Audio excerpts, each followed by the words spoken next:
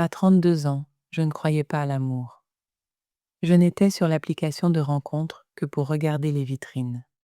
Seul le soir, je passais les 5 dernières minutes avant de me coucher à faire défiler les photos de profil en ligne. Amusé par les hommes portant des colliers de chien, les hommes sans chemise, les hommes avec la langue pendante. Le plus perturbant étaient les hommes qui ne corrigeaient pas leurs fautes d'orthographe et utilisaient des acronymes que seul mon fils de 13 ans aurait pu déchiffrer. Il était difficile de chercher un partenaire quand l'amour n'était pas quelque chose en quoi je croyais pleinement. J'aimais mon fils, bien sûr, et chaque membre de ma famille proche, sauf mon père tyrannique dont nous devions contourner les humeurs sur la pointe des pieds en grandissant.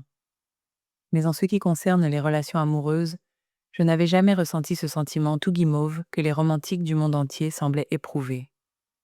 Ils appelaient cela l'amour. Moi, j'appelais cela de la stupidité. Et puis, où était le mien? J'étais sur le point de désactiver mon compte quand je suis tombée sur Richard. Il n'était pas trop musclé, ne prenait pas trop la pose et n'était pas trop nu. Il affichait un sourire naturel, et sa langue était bien à sa place, dans sa bouche. Sa biographie disait « S'il vous plaît, n'envoyez pas de clin d'œil. Ayons une conversation. » Une requête raisonnable, mais qui faisait peser la responsabilité sur moi. Pour la religion, il se décrivait comme agnostique. J'ai décidé de commencer la conversation par là. « Salut Richard, ai-je écrit. Je suis toujours intéressé par les croyances spirituelles des gens. Que signifie agnostique pour toi? Au fil des ans, j'ai découvert que cela peut vouloir dire « ça ne m'intéresse pas » ou « je suis curieuse », ouverte aux possibilités. Sa réponse polie indiquait cette dernière option. Bien que Richard vive à Sydney, à près de 4 heures de route de chez moi, dans la campagne australienne, nous avions beaucoup en commun. Nous nous sommes liés autour de nos emplois déshumanisants. Et il était amusé par mes mises à jour régulières sur Craig, un cadre intermédiaire embauché pour perturber les employés dans leur travail en leur disant de travailler plus dur. Richard et moi partagions des goûts musicaux similaires, nous délectant du rock psychédélique vertigineux de M. Bungle et des riffs post-grunge d'Audioslave. Après avoir abordé le travail et la musique, nous passions à la plaisanterie. Lors de l'un de nos appels téléphoniques de 3 heures, nous avons discuté des traits de personnalité des chiffres. Le chiffre 5 est un vrai crétin, a-t-il dit. Oui, ai-je répondu. Un vieux monsieur pompeux portant un haut de forme. Il fume probablement le cigare. Avoir une dynamique aussi agréable avec un membre du sexe opposé était nouveau pour moi. La gentillesse et l'espièglerie n'étaient pas des qualités dont j'avais été témoin en grandissant. Au contraire, il y avait un va-et-vient constant entre la colère de mon père et le besoin désespéré de ma mère de maintenir la paix. Le visage rouge et les poings serrés, il nous traitait de stupides et d'ades inutiles. Lorsque les futilités de sa journée n'étaient pas à son goût une porte moustiquaire restée ouverte une seconde de trop, son steak pas assez cuit, ma mère n'étant pas assez rapide pour être d'accord avec lui sur le manque d'attrait d'un voisin. Elle s'excusait davantage, essayait d'être une meilleure cuisinière et acquiesçait plus vite. Quand j'ai quitté la maison à presque 16 ans, j'ai commencé une relation par intermittence avec un homme avec qui j'allais finalement avoir un enfant, bien que notre relation n'ait pas duré. Même si nous nous entendions globalement bien, il n'y avait pas d'étincelle. J'avais placé la barre si bas pour les hommes que j'étais simplement heureuse qu'ils ne crient pas. Mais cette relation sans étiquette, avec Richard, c'était comme décrocher le gros lot. Non seulement il ne faisait pas de crise de colère, mais il était aussi gentil, drôle et semblait sincèrement apprécier ma compagnie. Richard et moi discutions depuis 1 mois, quand j'ai finalement conduit jusqu'à Sydney pour le rencontrer en personne. Jouant la carte de la décontraction, j'ai prétendu que je venais pour le travail, et j'ai dit que nous devrions nous voir, puisque je serais dans le coin. Nous nous sommes retrouvés au bowling de son quartier.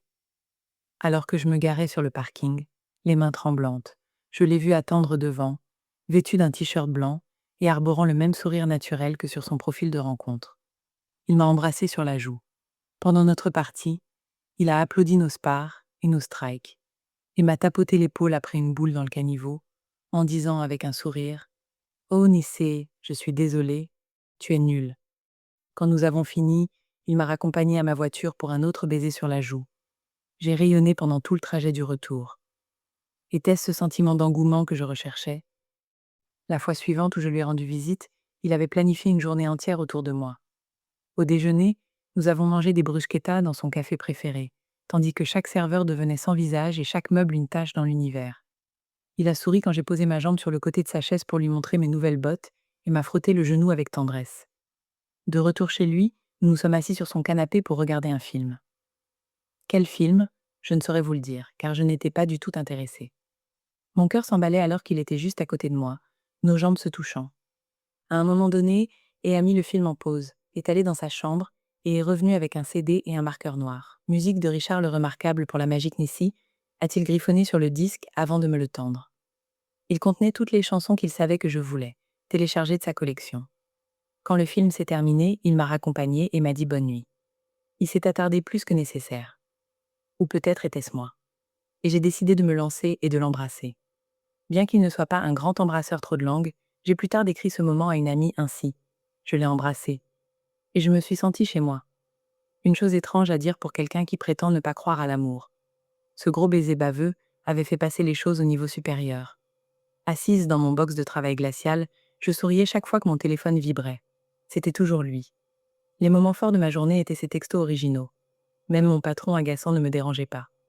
À ton avis, à quoi pensent les vaches? M'a envoyé Richard par SMS. Mon esprit s'ouvrait à la possibilité que l'amour soit plus qu'une obligation de s'occuper de quelqu'un qui vous rend la vie misérable. Peut-être que l'amour romantique. Ce concept imaginaire que j'avais assimilé au Père Noël et au lapin de Pâques n'était pas si imaginaire après tout. Je me suis dit que Richard ne m'aurait pas rendu mon baiser, n'aurait pas planifié une journée autour de moi et ne m'enverrait pas de texto en permanence s'il n'était pas aussi intéressé que moi. Il était temps de transformer cette relation sans étiquette en quelque chose d'un peu plus sérieux.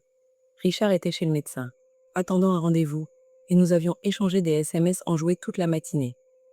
Nous nous plaisons tous les deux, ai-je écrit. Et si je montais plus souvent et qu'on voyait où ça nous mène? J'ai pris une grande inspiration et j'ai appuyé sur envoyer. Fit silence.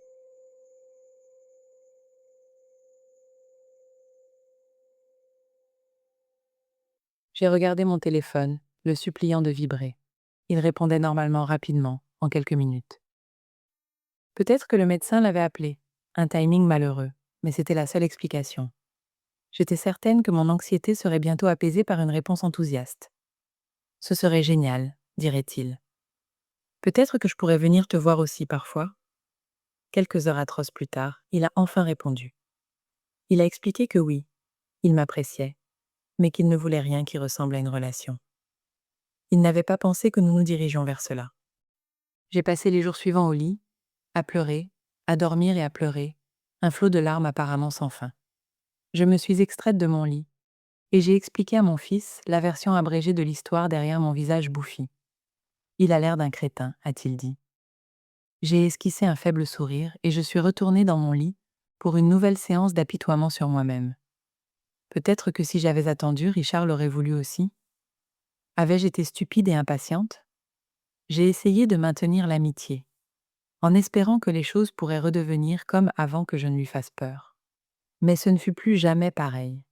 Il mettait plus de temps à répondre, des heures au lieu de minutes.